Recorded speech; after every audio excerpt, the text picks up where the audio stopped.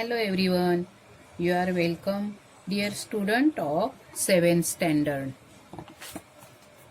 Today we are going to start second unit, that is poem 2.1, We Shall Overcome. आपण मात करू किंवा आपण विजय मिळवू. या नावामध्येच बघा विद्यार्थ्यांनो, आपल्याला खूप इन्स्पिरेशन किंवा मोटिवेशन जाणवत आहे. आपण एखाद्या गोष्टीवर मात करू असा ठाम विश्वास आपल्याला या नावाद्वारे स्पष्ट आढळून येतो. वी शॅल ओव्हरकम म्हणजेच आम्ही विजय मिळवूच, आम्ही आलेल्या प्रसंगावर मात करू. First I am reading out of this poem. Listen carefully. We shall overcome, we shall overcome, we shall overcome someday. Oh, deep in my heart, I do believe we shall overcome someday. We shall overcome, we shall overcome, we shall overcome someday. We'll walk hand in hand, we'll walk hand in hand, we'll walk hand in hand someday. Oh, deep in my heart, I do believe we shall overcome someday. We shall overcome, we shall overcome, we shall overcome someday. We are not afraid, we are not afraid, we are not afraid today. Oh, deep in my heart, I do believe we shall overcome someday. We shall overcome someday. The truth shall make us free, the truth shall make us free, the truth shall make us free someday. Oh, deep in my heart, I do believe we shall overcome someday. We shall overcome someday. We shall live in peace, we shall live in peace, we shall live in peace, we shall live in peace someday. Oh, deep in my heart, I do believe we shall overcome someday. We shall overcome someday. Now, in this poem, we are going to understand the meaning line by line or stanza by stanza. First stanza, we shall overcome, we shall overcome, we shall overcome someday. आपण मात करू, आपण विजय मिळवू, आम्ही काही दिवसात मात करू. Oh, deep in my heart, I do believe we shall overcome someday. Means, माझ्या मनात खोलवर विश्वास आहे, आम्ही काही दिवसातच मात करू.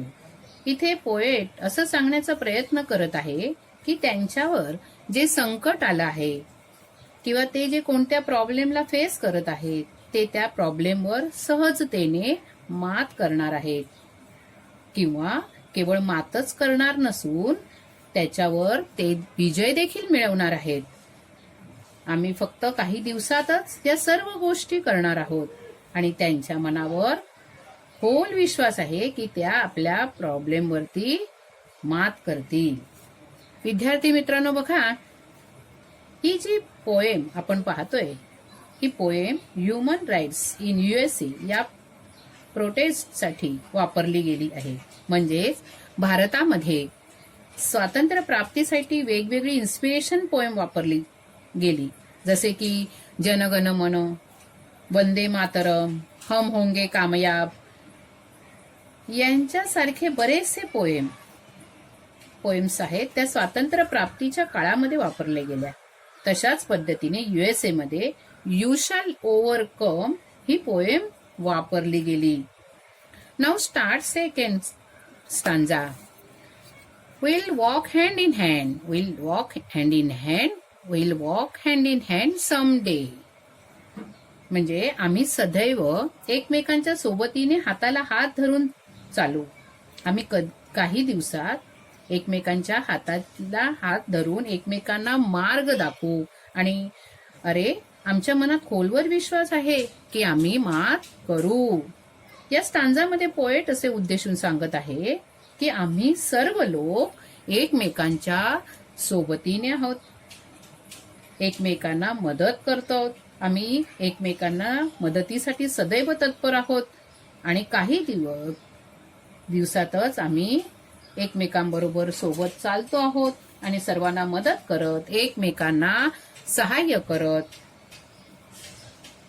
आम्ही काय करणार आहोत, एकमेकांच्या सोबत राहून सर्वावर मात करणार आहोत.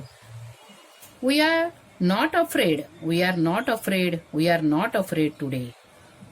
आम्ही घाबरत नाही, आम्ही भीतही नाही, आज पण आम्ही घाबरत नाही. Oh deep in my heart I do believe we shall overcome someday. अरे माझ्या मनात खोलवर विश्वास आहे की आम्ही काही दिवसात निश्चितपणे यावर सहजतेने मात करणार आहोत, मात करू. म्हणजे पोएट असं सांगत आहे की जे काही प्रॉब्लेम्स येतील त्यांना आम्ही अजिबात घाबरत नाही, भीत नाही, आज पण आम्ही घाबरत नाही. त्यांच्या मनामध्ये खोलवर विश्वास आहे की आम्ही निश्चितपणे या प्रॉब्लेमवर काही दिवसात सहजपणे मात करू. फोर्थ स्टँडा.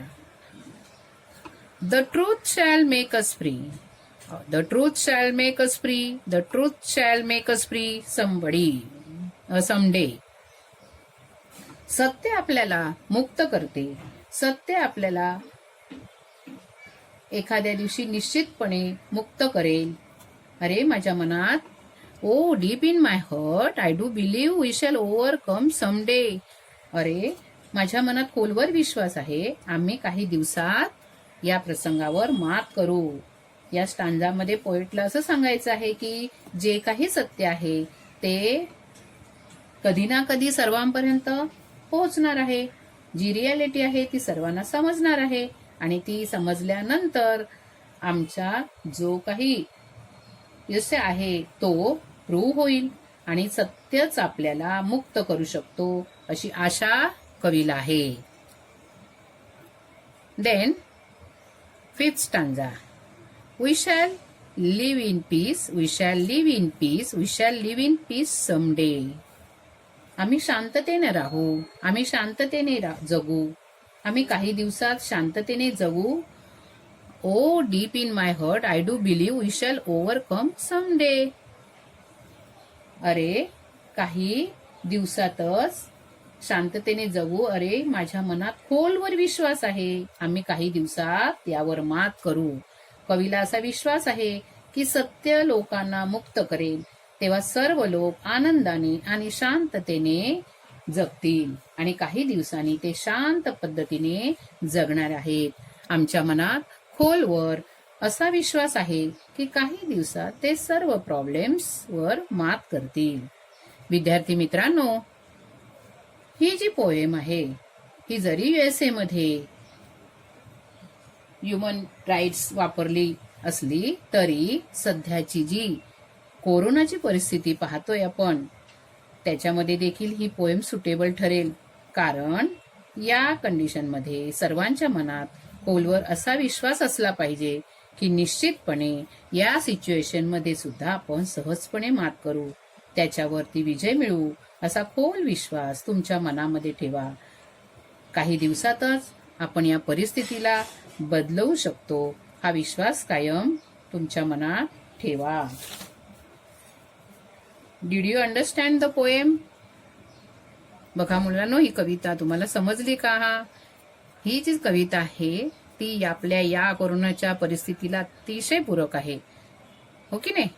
तुम्हाला समजलं की नाही की कोणतीही परिस्थिती असेल, कोणतेही संकट असेल, तर काही ना काही दिवसात त्याच्यावर यश आपण मिळवणारच आणि त्या परिस्थितीवर मात करू शकणारच, हा विश्वास सतत आपण ठेवायचा आहे. तर बघा विद्यार्थी मित्रांनो, ह्या कविता मी तुम्हाला गाऊन दाखवली, त्यानंतर त्याचा अर्थ समजावून सांगितला, त्यातलं सार तुम्हाला सांगितलं मी, काय सार दडलेलं आहे, काय आहे त्यातून आपल्याला काय संदेश मिळतो, बोध होतो, तो मी ह्या कवितेतून आपल्याला कळलेला आहे.